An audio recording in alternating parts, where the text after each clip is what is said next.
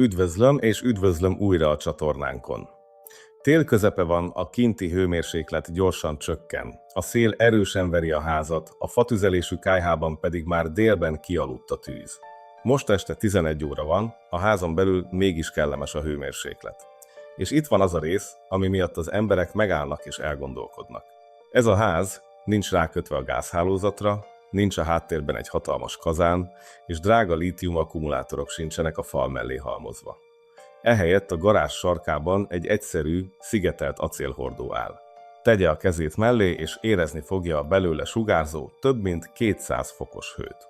Hogyan lehetséges ez? Hogyan tud valami ennyire egyszerű melegen tartani egy házat jóval azután, hogy a főtűz már kialudt? A ház tulajdonosa ezt a rendszert egyszeri, körülbelül 75-0 forintos költségből építette meg, és azóta nem fizetett a fűtésért úgy, ahogy azt a legtöbb család teszi minden télen. Ha érdekli az építkezéssel kapcsolatos gyakorlati tudás, a megfizethető anyagok, az intelligens tervezés, az alacsonyabb fűtési költségek vagy a függetlenebb életmód, akkor ez az információ fontos az ön számára. Függetlenül attól, hogy ön háztulajdonos, gazdálkodó, barkácsoló, építő, vagy csak elege van a drága rendszerekből, amelyeket látszólag mindig cserélni kell, a mai téma egyenesen önnek szól.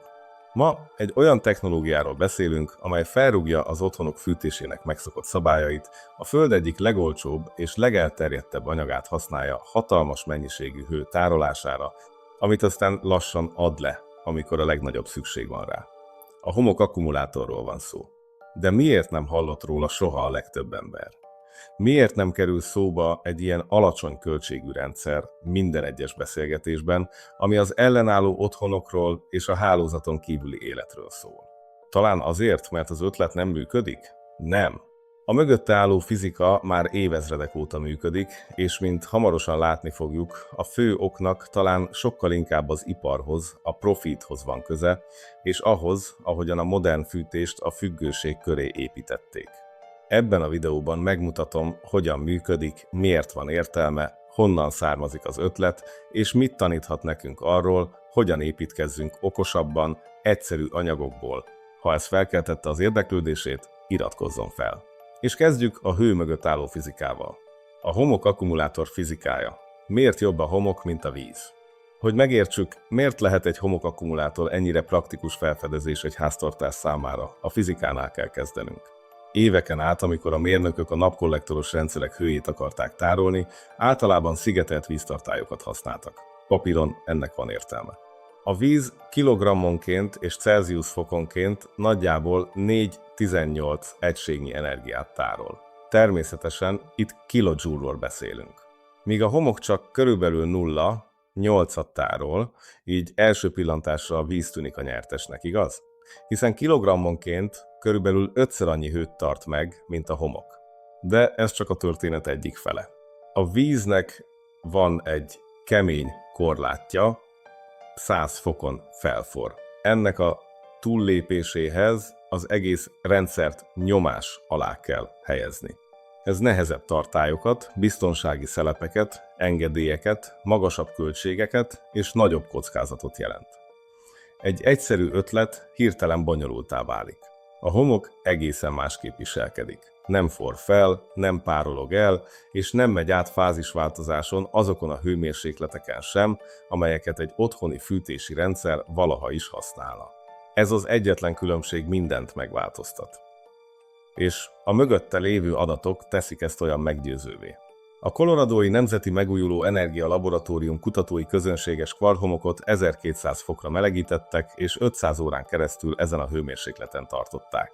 Az eredmény egyszerű volt. A homok stabil maradt. Semmi repedés, semmi bomlás, semmi jelentős változás a termikus viselkedésében. Még azután is, hogy olyan magas hőmérsékleten volt, amely az alumíniumot is megolvasztaná, használható homok maradt. Ezért nyer a homok a való világban. Mivel biztonságosan működhet sokkal magasabb hőmérsékleten anélkül, hogy nyomástartó edényre lenne szükség, a gyakorlatban sokkal több energiát képes visszatartani. 500 fokon egy köbméter homok nagyjából 400 kWh hőenergiát tárol. A víz a forráspontján mindössze körülbelül 67-et, tehát az az anyag, amely papíron gyengébbnek tűnik, A valós használat során körülbelül 6-szorosan felülmúlja a vizet. Van még egy előny, amit a legtöbb ember figyelmen kívül hagy. A száraz homok rossz hővezető. Ez hibának hangzik, de valójában az egyik legnagyobb erőssége. Lassan adja le a hőt, és megfelelő külső szigeteléssel egy homok akkumulátor naponta a tárolt hő kevesebb, mint 5%-át veszíti el, míg egy melegvíztartály akár 15-20%-ot is veszíthet. És amikor az a cél, hogy éjszakára is megmaradjon a meleg, vagy akár több napos hőtárolásról van szó, ez a különbség nagyon is számít. Amint ezt megérti, a következő részt már sokkal könnyebb lesz értékelni. Ugyanis jóval azelőtt, hogy a modern mérnökök laboratóriumi teszteket végeztek volna, a régebbi civilizációk tapasztalati úton már rájöttek ugyanezzel az elvre. Az ősi gyökerek. Az Ondoltól a Malborki kastélyig. Ha ez szokatlannak hangzik, ne lepődjön meg, egyáltalán nem az. A modern háztulajdonosok nem feltalálták a hőtömeget, hanem megörökölték. Körülbelül 5000 évvel ezelőtt a mai Korea területén élő építők kifejlesztettek egy Ondol nevű rendszert, ami melegkövet jelent. Egy külső főzőtűz hőjét a padló alatti csatornákon keresztül vezették be. Vastag kőlapok magukba szívták ezt a hőt, majd lassan adták le 12-24 órán keresztül, miután a tűz kialudt. Este főzött, a parázs megmaradt, és a ház reggelig meleg volt. A dél-koreai sugárzó padlófűtés még ma is ugyanezen az elven alapul. Kína kifejlesztette a saját verzióját, a kangot, egy fűtött kőből készült ágyat vagy megemelt emelvényt. 2004-ben a kínai mezőgazdasági minisztérium 67 millió kangrendszer dokumentált, amelyek 175 millió embert fűtöttek 50-80%-kal csökkentve a fűtési igényt. Ez egy nagyszabású bizonyíték arra, hogy a hőtárolás működik. A rómaiaknak ott volt a hypokaustum, de az ő rendszerük a folyamatos tűztől és a folyamatos munkától függött. A valódi finomítás később, a középkori Európában történt, olyan helyeken, mint Németország, Finnország és Lengyelország, ahol az építők a tüzet komoly hőtömeggel kombinálták. Ahelyett, hogy a gyors meleget hajszolták volna, megtanulták, hogyan fogják fel azt. Az egyik legjobb példa a lengyelországi Malborki kastélyból származik. 1822-ben a kutatók teszteltek ott egy hőtároló hipokausztumot, amely akkor már 400 éve működött. Mindössze 1 köbméter fa 7/10-ét égették el, ami 3,5 órán át égett, majd eloltották a tüzet és vártak 20 percet. Egy 850 négyzetméteres, 3 emelet belmagasságú terem hőmérséklete 6 fokról kellemes 22 fokra emelkedett. A tűz már régen kialudt, de a tárolt hő csak akkor kezdte el igazán végezni a dolgát. Egy adag fa, hosszantartó meleg. Ugyanez az elv áll a tömegkályhák és a zsírkőkályhák mögött is, amelyeket sok hamis építőmester a mai napig nagyra értékel. Ők azokat az anyagokat részesítik előnyben, amelyek megtartják a hőt, lassan adják le, és jóval a lángok kialvása után is tovább működnek. Abban a világban a hőtömeg nem egy extra funkció, hanem maga a stratégia.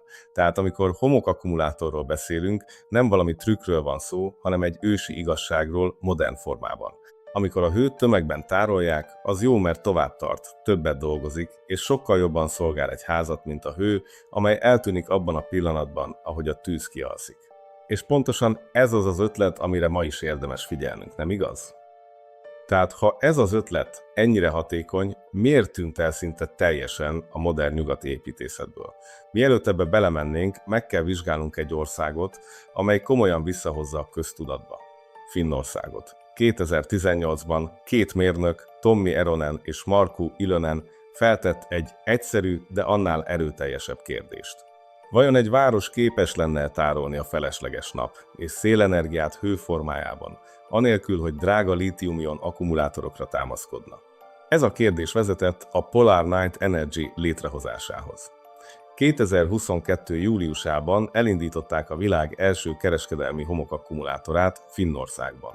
Nos, a rendszer egy körülbelül 4 méter széles és 7 méter magas acélsiló, amely 100 tonna közönséges építési homokkal van megtöltve. Az olcsó, felesleges megújuló villamos energiát felhasználva ezt a homokot körülbelül 500-600 Celsius fokra hevítik. És itt a koncepció megszűnik elméletinek lenni, és nagyon is valóságossá válik. Ez az egyetlen siló körülbelül 8 megawattóra hőenergiát tárol, és éves szinten nagyjából 85%-os hatásfokkal működik. Körülbelül 100 ház fűtését biztosítja, és még a helyi városi uszodát is kiszolgálja. Most nézzük a gazdasági szempontokat. A lítium-ionos energiatárolás kilovattóránként gyakran 40 nulla és 100 nulla forint közötti összegbe kerül. A homokban történő tárolás sokkal olcsóbb, körülbelül 1500 és 3500 forint körül mozog kilovattóránként. A rendszer nagyjából 80 millió forintba került. Ha ugyanezt a kapacitást lítium akkumulátorokkal építették volna ki, az ár közelebb lett volna a 640 millió forinthoz. Finnországban pedig nem álltak meg itt, még nagyobb léptékre váltottak és építettek egy másik rendszert Pornainenben, amely 13 méter magas és körülbelül 2000 tonna zúzott zsírkövet tartalmaz. Ez a létesítmény körülbelül 100 MWh energiát tárol, ami elegendő a város fűtési igényének fedezésére nyáron egy egész hónapra, vagy körülbelül egy teljes hétre a legkeményebb téli fagyok idején. Tehát ez nem egy elfeledett ötlet, ami csak egy régi tankönyvben porosodik. Finnország jelenleg is alkalmazza, közösségi szinten, modern mérnöki technológiával és gyakorlati eredményekkel. Ami elvezet minket a kényelmetlen kérdéshez. Ha ők meg tudják csinálni, miért hagyja még mindig figyelmen kívül olyan sok más hely? És itt a történet már kevésbé a fizikáról szól, és sokkal inkább a hatalomról. A magyarországi lakossági fűtési iparág és a külföldi piacok évente hatalmas nyereséget termelnek. A nagy berendezésgyártók egy szűk csoportja uralja a piac nagy részét. A profitjuk a szabadalmaztatott rendszerektől, az engedélyköteles telepítésektől, a rendszeres szervizvizsgálatoktól, a pótalkatrészektől és a fő berendezések körülbelül 15 évenkénti megszokott cseréjétől függ. Egy homok akkumulátor a legközvetlenebb módon kérdőjelezi meg ezt a modellt. Egyszerű, alacsony költségű anyagokat használ, nagyon kevés mozgó alkatrésze van, és ha egyszer megépült, sokkal kevesebb mindent kell eladni, javítani vagy cserélni. A gázszolgáltatók szövetségei olyan gázrendszerhez kapcsolódó bevételeket szednek be, amelyet több millió ember használ. 2020-as belső dokumentumokban az elektromos fűtésre és az alternatívákra való átállást egzisztenciális fenyegetésként írták le a gázépületekben történő közvetlen felhasználására nézve. Ezek a megfogalmazások számítanak, nem egy kisebb trendként kezelték ezeket az alternatívákat, hanem komoly veszélyként a rendszerükre nézve. És ahelyett, hogy egyszerűbb vagy jobb megoldásokkal válaszoltak volna, a reakció áthelyeződött a politikai döntéshozatal területére. 2020 óta számos régió fogadott el olyan törvényeket, amelyek megakadályozzák a városokat abban, hogy korlátozzák a földgáz használatot. Azok a kutatók, akik összehasonlították ezeket a törvényeket, azt találták, hogy a szövegezés nagy része szinte teljesen azonos volt, ami inkább egy összehangolt lobby tevékenységre utal, semmint egy spontán helyi mozgalomra. Aztán ott van a szabványok problémája. A nemzetközi lakóépítési szabályzat nem tartalmaz egyértelmű kategóriát a szilárdtest hőtároló rendszerekre, amilyenek a homokakkumulátorok is. A jogi keretrendszer abból indul ki, hogy a hő elismert, sorozatgyártott berendezésekből származik, kialakított címkézéssel és jóváhagyási eljárásokkal. A tanúsító laboratóriumoknak sincs szabványos listájuk a lakossági homokakkumulátorokra. Ezen megszokott tanúsítványi nyomok nélkül egy hőtároló rendszert úgy is kezelhetnek, mintha semmilyen hivatalos értéke nem lenne. Egy szerencsétlen biztosítási helyzetben pedig a papírok hiánya komoly problémává válhat, még akkor is, ha maga a rendszer nem volt okozója a kárnak. Tehát az akadály nem mindig egy közvetlen tiltás. Sok esetben sokkal finomabb és hatékonyabb. A rendszert egyszerűen csak kihagyják a számításból. Nincs kategória, nincs jelölőnégyzet, nincs kijelölt út. És amikor egy alacsony költségű megoldás fenyeget egy komplexitásra, cserére és függőségre épülő profitláncot, nagyon kevés ösztönző erő hat a döntéshozókra, hogy helyet csináljanak neki. Nos, mára nagyjából ennyit szerettem volna elmondani. Írja meg a kommentekben, mi a véleménye erről a stratégiáról, látta-e már valaha, próbálta-e már, és természetesen, hogy szeretné-e kipróbálni.